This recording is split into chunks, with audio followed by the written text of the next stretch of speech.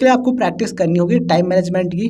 तो time management बहुत important factor है, इस पर भी आपको ध्यान देना है। अब बात करते हैं कितने क्वेश्चन होते हैं इस एग्जामिनेशन में। तो इस एग्ज़ाम में फिजिक्स यानी भौतिक विज्ञान से 40 क्वेश्चन होते हैं, केमिस्ट्री से 40, बायोलॉजी से 40, ठीक है। इसके अलावा नर्सिंग एप्टीट्यूड से 40 क्वेश्चन होते हैं और इंग्लिश से 40 क्वेश्चन होते हैं। तो कुल मिलाकर के इस एग्ज़ाम में आपको 200 क्वेश्चन देखने को मिलते हैं, जो कि होते हैं 200 नंबर के, यानी कि 200 मार्क्स का आपका पेपर रहता है और 200 क्वेश्चन होते हैं MCQs यानी कि मल्टीपल चॉइस टाइप, ठीक है। तो यहाँ पर आपको बहुविकल्पी प्रकार के प्रश्न देखने को मिलते हैं। और इस एग्ज़ाम की सबसे बढ़िया बात यह है कि यहाँ पर कोई भी निगेटिव मार्किंग नहीं होती है, there is no negative marking, ठीक है। तो फिजिक्स, केमिस्ट्री, बायोलॉजी, इंग्लिश और नर्सिंग एप्टीट्यूड, ये जो 5 सब्जेक्ट हैं, इनसे क्वेश्चंस एग्जाम में आपको देखने को मिलेंगे।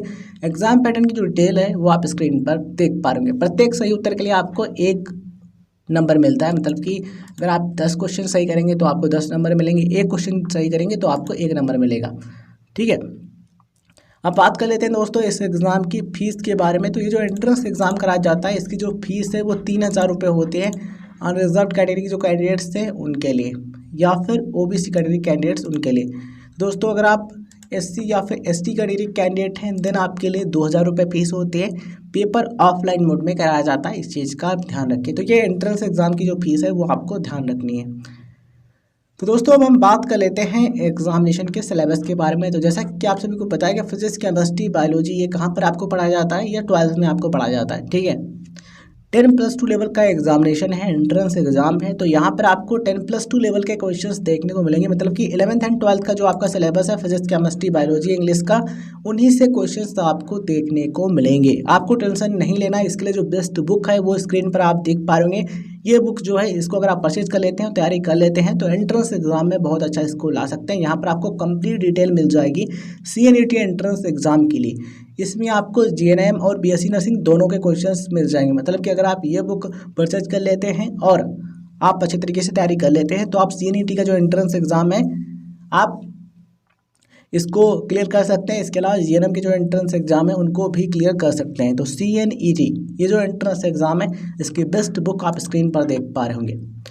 इसको आप ऑनलाइन परचेज कर सकते हैं या फिर ऑफलाइन। ऑनलाइन आपको आसानी रहेगी, लिंक डिस्क्रिप्शन में दिया गया है, कहीं ढूंढने की जरूरत नहीं है, क्लिक करके सिंपली आप परचेज कर सकते हैं। चलिए अब बात कर लेते हैं कि फॉर्म कब भरा जाता है। तो ये जो फॉर्म है आपका अप्रैल 2025 में आ जाएगा। अप्रैल के महीने में फॉर्म भरा जाता है। एग्जाम कब कराया जाता है, तो एंट्रेंस एग्जाम कंडक्ट कराया जाता है जून के महीने में, ठीक है। एंट्रेंस एग्जाम का फॉर्म भरा जाता है अप्रैल में और एग्जाम जून में करा लिया जाता है। अगर हम बात करें एग्जाम प्रिपरेशन के लिए टिप्स के बारे में, तो सबसे पहले टिप्स ये है कि आप बेसिक कॉन्सेप्ट्स को क्लियर करें।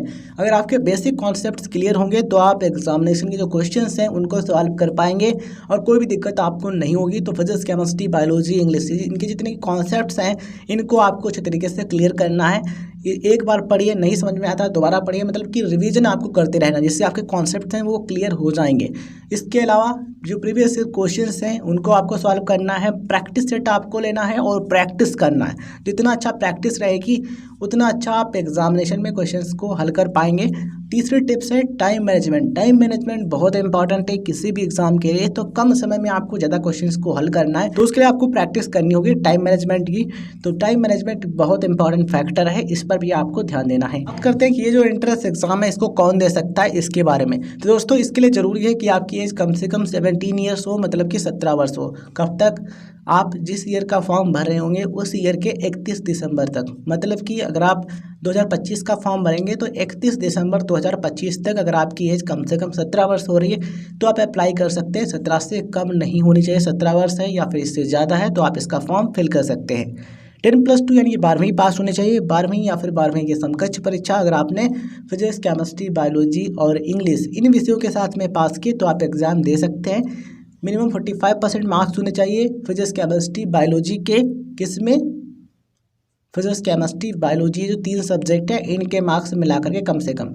अगर आप जनरल कैटेगरी कैंडिडेट हैं तो, वहीं अगर आप OBC या फिर SC या फिर ST कैटेगरी कैंडिडेट हैं देन कम से कम 40% मार्क्स हैं फिजिक्स, केमिस्ट्री, बायोलॉजी के, तब भी आप इस एग्ज़ाम को दे सकते हैं। जो प्राइवेट कैंडिडेट हैं, जो ओपन स्कूल वाले स्टूडेंट हैं, NIOS वाले हैं या फिर स्टेट ओपन वाले हैं, वो भी इस एग्ज़ाम को दे सकते हैं, ठीक है।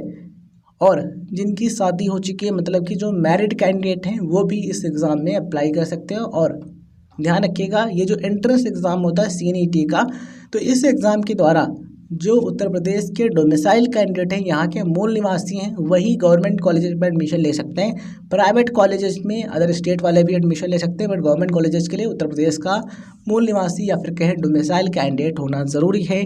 इस चीज़ का भी आप ध्यान रखें। आई होप आपको सारी चीज़ें समझ में आ रही होंगी।